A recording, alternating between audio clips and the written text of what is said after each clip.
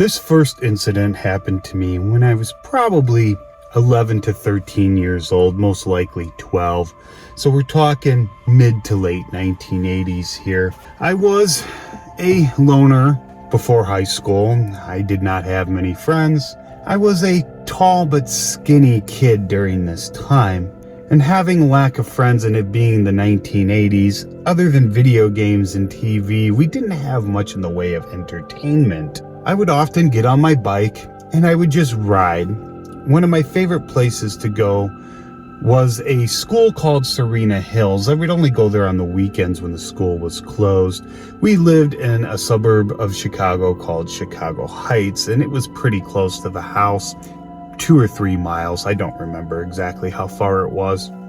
I would often go there to play on the playground, which back then consisted of 12-foot steel slides, big, huge wooden splintery forts, along with tire forts, and merry-go-rounds, and rocking horses, and swings that were all constructed of rusty metal. Those were the good old days, right? So I was there playing by myself, and there were some high school kids playing as well, and they would often go there and toss a ball or frisbee, whatever. But one of them started to come over to me, and it was getting maybe about half an hour before sunset. And he comes over to me, and I didn't know this kid, so I'm by myself, and kids being kids, and bullying was really popular back then. I thought he was going to do something, but he didn't. Instead, what he does, he goes, "Hey, kid." I go, "Yes." He goes, "What's that in the sky?" And at first, I wasn't going to play along, but if he was there to beat me up, I thought I should. So I look up and I glance and I see this object in the sky. It was orange and triangular in shape with sharp defined edges, but I don't remember any detail. Now, as odd as that was, it gets odder. I only stared for maybe 2 seconds and I look back and I go, "That is weird." And the kid goes, "Yeah, that is, isn't it?" And he walked back to be with his friends. I didn't give it much more mind after that for the next few minutes until the sun started to go down a little further. And I picked up my bike and I'm thinking I should probably get ready to go home. And I get off the swings or whatever I was playing on at the time. I don't remember. I mount the bike and I look up one more time and the thing hasn't moved. Now, the only thing I remember behind this orange object was some wispy high altitude clouds with the raw sky behind it, so I didn't really have any reference for size or distance or anything.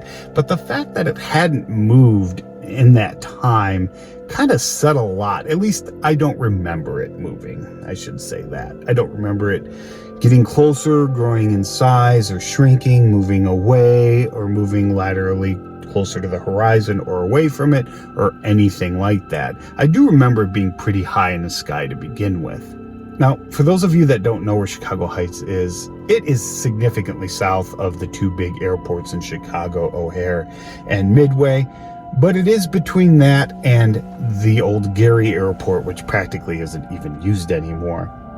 Now, planes were real common in the skies then, just like they are now, and it could have been something like that, but I don't remember it that way. I don't remember any noise. I don't remember any movement. I remember the shape. As for what it was, I'll probably never know, but it was odd enough for the high school kid to mention it to a 12-year-old. So that's why I remember it more than anything. If that kid hadn't come up to me, and even if I had seen it on my own in the sky, I probably would have forgotten that this ever happened. But it did, and that's how I remember it. Was it an unidentified flying object? No, because it wasn't flying, at least not while I was looking at it.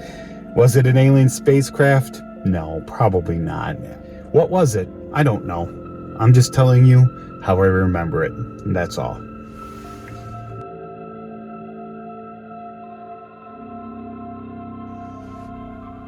Okay, fast forward now about 3 years. I am no longer a tall, skinny kid. I am a tall, built kid. And now that I'm in high school, even though I'm still sort of a loner, but I have friends now, and many of them are still friends with me to this day, including RJ, who will be in this story as well.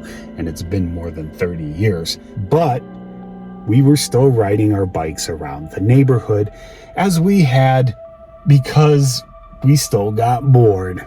And it's the early 1990s now, so teenagers did not have cell phones, and we didn't carry maps with us either.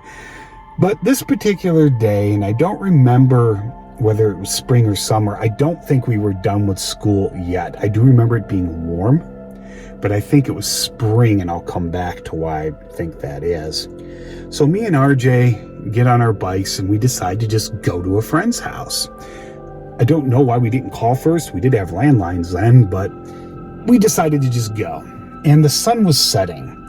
So we decided to take a shortcut in a way we had never gone before. And as we're pedaling our bikes, we are on this road that is new to us, and we're heading north, and the street eventually curves 90 degrees east. There's houses on either side of the curve, but in the outside part of the curve itself, there's no house at all. It's just forested, vacant land. Now, being a couple kids who had really never been out of the suburbs that much at this point, except for me, it was a little odd to see this in such a built-up area. It wasn't a park or anything like that. Now, we just kind of shrugged it off, and we went to our friend's house, and we get there, and for the life of me, I can't remember whose house it was. I want to say it was our friend Josh, but I could be wrong on that. Anyway, we go inside, and his parents were leaving in about an hour, and he was going to go with them. I have no idea where they were going. So we just stood there and did what kids do, trying to kill time. We basically BS'd. I don't remember if we went to his room or we just hung out in the living room or kitchen or whatever. I don't remember. But what I do remember, and this is why I think it was spring and not summer, is that when it came time to go, his parents asked us if we wanted a ride. Well, we would have had to have left our bikes, and we did not want to do that because we didn't want to be without them for a week or two in case we wanted to go riding again. If it was summer, we could have just come by the next day. So I think it was spring. We were still in school, and I wouldn't be able to have my mother, or RJ wouldn't have his dad, to come pick up our bikes until the weekend at best. So we got on our bikes and we started to head back home the way we came, and it would be a good half-hour bike ride for me. I don't remember how long for RJ, but as we're riding, it is now dark. It is pitch black dark, and there was a full moon. I know now it was a full moon. I don't remember it being a full moon, but it had to be because we were maybe 45 minutes after sunset, and the moon was coming up from the east and putting a nice light on us, even though there were, houses around. So knowing what I know now about astronomy, that only happens at or close to a full moon. So we're pedaling, and we come upon that vacant lot. And being teenagers, we decide that we're going to go exploring. Now, there was a house to our left, maybe 80 feet to the left, and it had some lights on, and the house to the right was a little further away. So this was a couple of acres of empty land, and there were no trespassing signs. So we got off the road, put our bikes down, and decided to go exploring. Now, it was a little lower in elevation, maybe 2 or 3 feet, and that's probably why it was vacant, because it would have cost a lot of money to backfill this thing and build a house. But I seem to have a vague recollection of there being a creek in the back of the property. I could be wrong about that, so this could have been a little floodplain area too.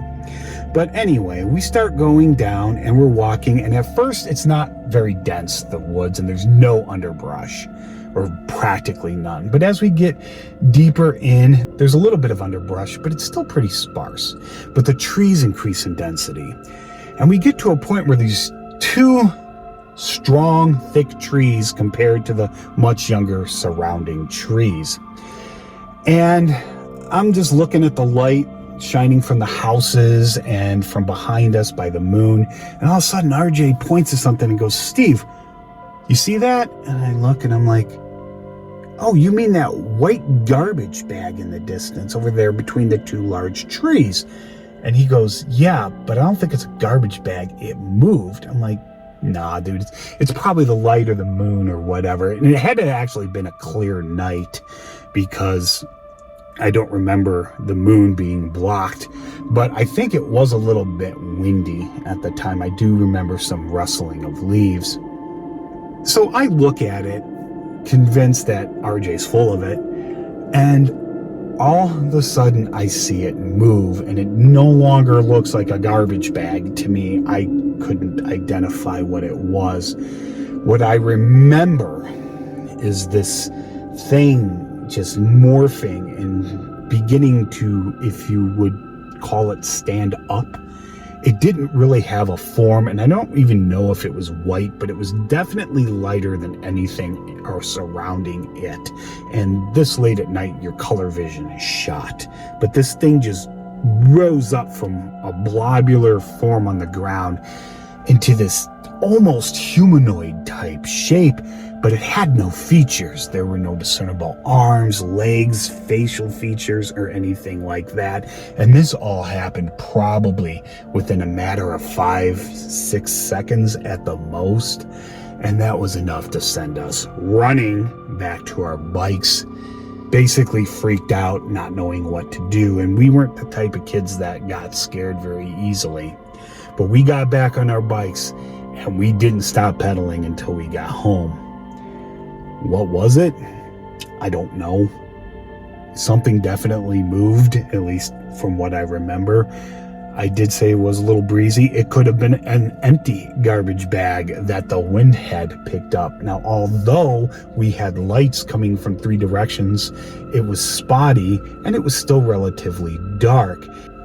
The movement per se that this thing seemed to have been having could have just been shadows moving over it. Or this could have been an animal like a white-tailed deer. We didn't hear any noise. It was silent other than us talking and the wind blowing. But large animals in the woods can be deadly silent. They don't need to make noise, as me and Sarah have learned from black bears up in the UP. I would like to think it's something like that, but in reality, I just don't know.